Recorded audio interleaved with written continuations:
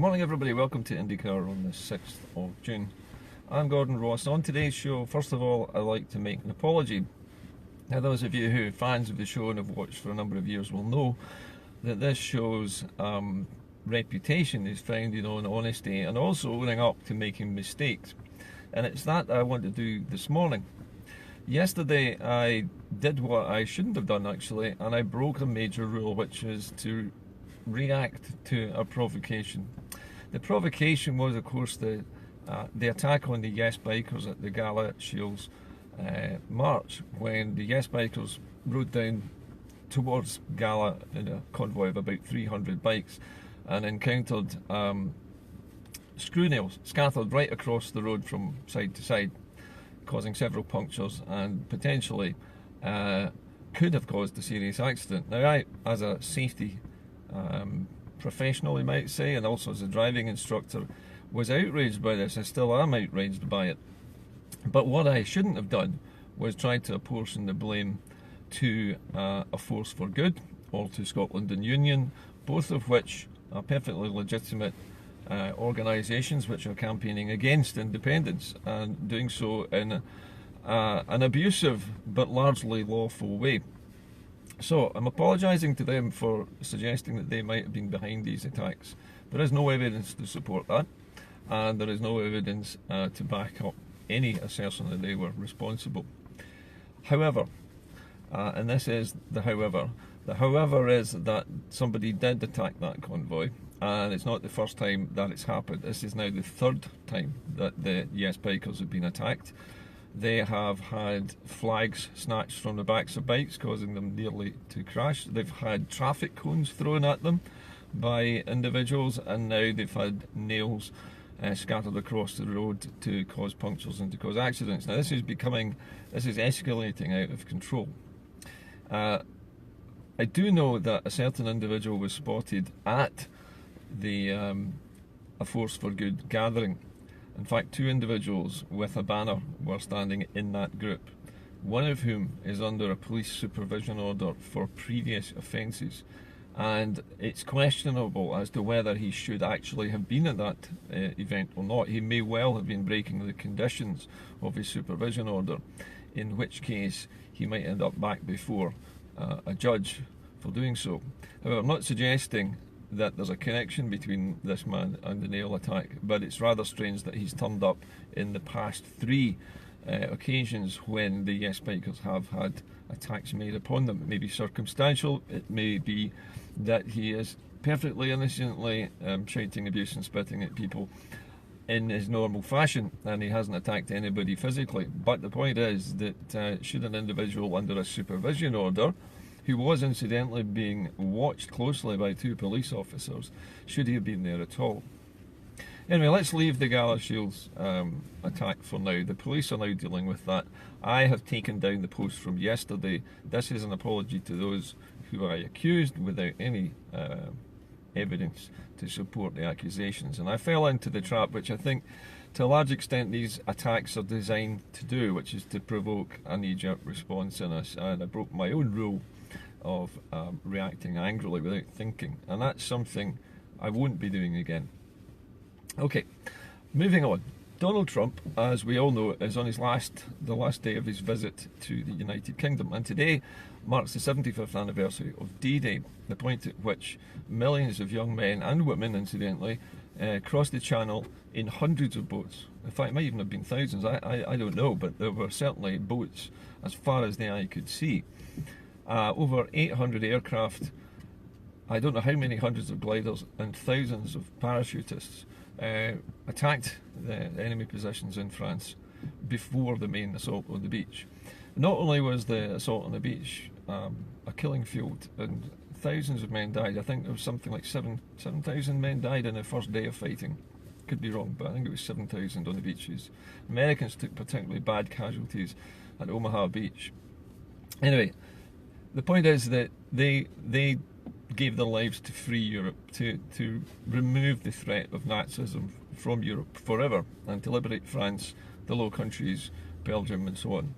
And the Americans, the British and the Russians all converged, having fought their way through heavily fortified parts of occupied France against really stiff resistance from the Germans, who didn't give up their positions easily, all the way to Berlin, to the point where Hitler killed himself, and eventually Germany surrendered. It cost tens of thousands of lives, and today is a commemoration of that occasion, that massive attack, the largest invasion force ever assembled on the planet by anybody to liberate the countries of Western Europe. Donald Trump is going to be at this event today with the Queen, with other dignitaries, with the Prime Minister, to celebrate the final act of World War II, the one which freed Europe and resulted in the peaceful Europe that we are members of today. However, Donald Trump's reason for being there is not altruistic. He's not there to celebrate the freedom of Europe particularly, although he will go along with it. He is here to isolate the UK from Europe. Donald Trump, there's a reason why he's so keen on Brexit, and the simple reason is it works with his global agenda. Separating the United Kingdom, one of the big three countries which helped to set up the European Union, from the other two, from France and Germany, would, in his estimation, weaken the European Union both politically and economically, which is true, it would. But it also isolates the United Kingdom from its biggest exporting and its biggest and nearest export markets. It's true to say that Britain also exports almost as much to America as it does to the European Union. But Donald Trump's agenda at the moment is to weaken his, not political enemies, but to weaken his economic competitors. Now that would be the European Union, the Soviet Union, and China predominantly, but also I suspect eventually India and other countries as well. Trump's message is America first. So whatever deal is done with the United Kingdom is not going to be done to benefit the UK. It's going to be done to benefit the US. And the US will be able to cherry pick whatever it likes out of the zombie nation that the UK is about to become. The corpse of the UK is going to be laid out, the economic corpse of the UK laid out for Donald Trump and his vultures to circle and pick over. And they have made no secret of the fact that they have their eyes on our health system. It will be worth billions of dollars to American corporations to sell health insurance to members, well, basically to us, to citizens of the UK, so that we have to pay for our health care in the same way that Americans do. In other words, overpay for your health care. Pay £8,000 for a couple of nights in hospital. That is the kind of level we're talking about. £25 for a band-aid. These are the kind of charges which Americans put up with in their own healthcare system. And in America, there have been over I think it's 600,000 bankruptcies, personal bankruptcies, because people couldn't afford to pay the medical bills needed for operations. They've had to sell their houses and sell all their possessions in order to have life-saving treatments. This is the future that Donald Trump represents for the UK. This is what he plans to do to our health service, and this is what the Tories want him to do to our health service. Jeremy Hunt has made absolutely no secret of the fact that he wants the NHS to be privatised. Nigel Farage has made not so much a secret, but he's made it his mission to privatise the NHS. He desperately wants to do this. He wants to make money out of people's misery. His entire reason for existence is to make as much money for himself and his greedy, wealthy friends as possible. That's why he's bankrolled by Aaron Banks, and that's why he is being steered and manoeuvred around by Steve Bannon, an ex-Trump advisor. So let's not fool ourselves here into thinking Trump is here to help the UK to get a trade deal. He isn't. Trump is here to make sure that he picks over the entrails of the UK and takes out of it what America needs. What Britain needs at the moment is not America privatising its NHS.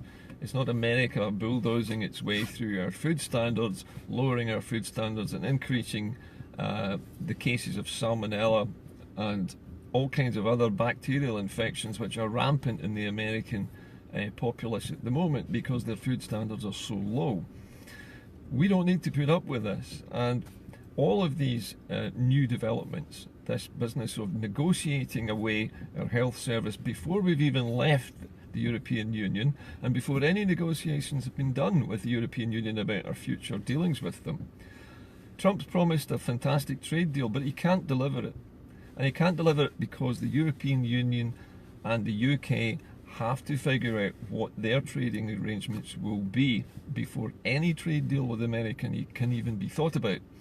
Because for legal reasons, the Americans can't do anything about a trade deal just now, because there isn't the legal opportunity for them to do it. We are still in the European Union. We are not allowed to make trade deals until we have left, and that means we can't do anything about America or anybody else until after the 31st of October, when we will fall out of the EU with no deal and suffer the food and drug shortages, the transport chaos, and the massive drop in the value of the pound that everybody knows is going to happen. So for Scotland now, independence is not just a luxury, it's not just a nice idea, it's not just something that historically should have been done. It is now essential if we are going to survive in the next part of the century, because America is going to ensure that Scotland is picked clean as well. I'm pretty certain that England will sell our oil as well to the Americans, because they are so desperate for money in England and they're so far into debt that they can't really do anything else but what they always do, which is when they run out of money to spend, they sell off something that belongs to the public. The only things that are left are the NHS and the oil fields and the gas fields. There's very little left in the UK economy that can be sold off to anybody, but they'll sell it off because the Tories have done this every time they've been in power. They have privatised absolutely everything. We now pay the highest bills in Europe for energy. We pay the highest petrol prices in the world, even though we produce millions of gallons of oil every year ourselves. But it costs us more to fill our petrol tanks than anybody else on the planet. This is all because we're privatised, we're run by people who are in the pockets of big oil companies, and now we're being run by people who are in the pay and in the pockets of Donald Trump and his administration. So Scotland can't afford to sit around any longer. It is time we were off, and we need to make that decision and make it quickly, and that means we need to make a decision before Halloween. If we don't make a decision before Halloween, we've already got David Mundell, who is appearing in the press overseeing his new building, the new building that the British government is going to install 3,000 civil servants in central Edinburgh. And they're not doing that just because it's good for the running of the UK. They're doing it because they're going to put Holyrood out of business after Halloween. We all know it. I'm sure the SNP knows it. I'm sure Nicola Sturgeon knows it as well. We have to get our retaliation in before before the axe comes down and Holyrood is shut down and everything is sold off to Trump and his American buddies. And that's about it for today. I'm off to actually do some real work, but as usual, get in contact with me if you have anything to say on today's programme or any ideas for future programmes. But I'll just reiterate this. I'm apologising again to both Scotland and Union and to A Force for Good, because I made an allegation against them. It was unfounded yesterday, and so I've taken that post down. I'm retracting that statement now in full public glare, as I always do if I make a mistake.